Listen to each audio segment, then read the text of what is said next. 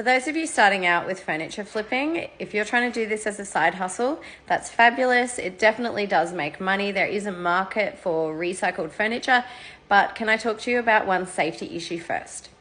That issue is lead paint. A lot of furniture has historically been painted with paint which contains lead in it. And as we all know, lead is not good for you, and it's definitely not good for children. It can cause developmental issues as well as a whole host of other issues. If you are going to sand a piece of furniture that has been painted with lead-based paint, that can become an issue. Even if you are wearing respirators and masks to make sure that you're not inhaling any of that, it can go off into the atmosphere, into the environment, and that could cause issues. And let's face it, we just don't want to be sanding back any kind of paint that has lead in it. So how do you know if the item you purchased contains lead paint? There's a really good little product that you can grab. I got mine from Amazon and it was delivered within a few days, and I'll show you what to do. A lead test is the fastest way to check for lead in the paint or the lacquer on your furniture items. So you can grab one of these, you pull it out, it's just like a little cotton bud that is an orangey color.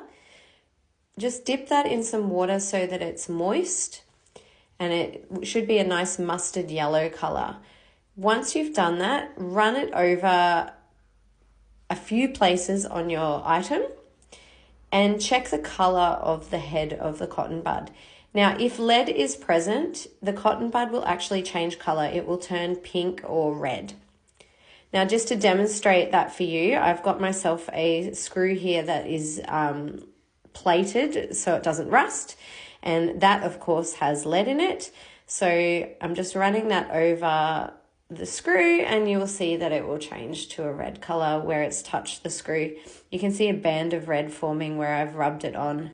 So while the furniture that I tested this on was fine, this is just to show you that it does indeed change color when lead is present.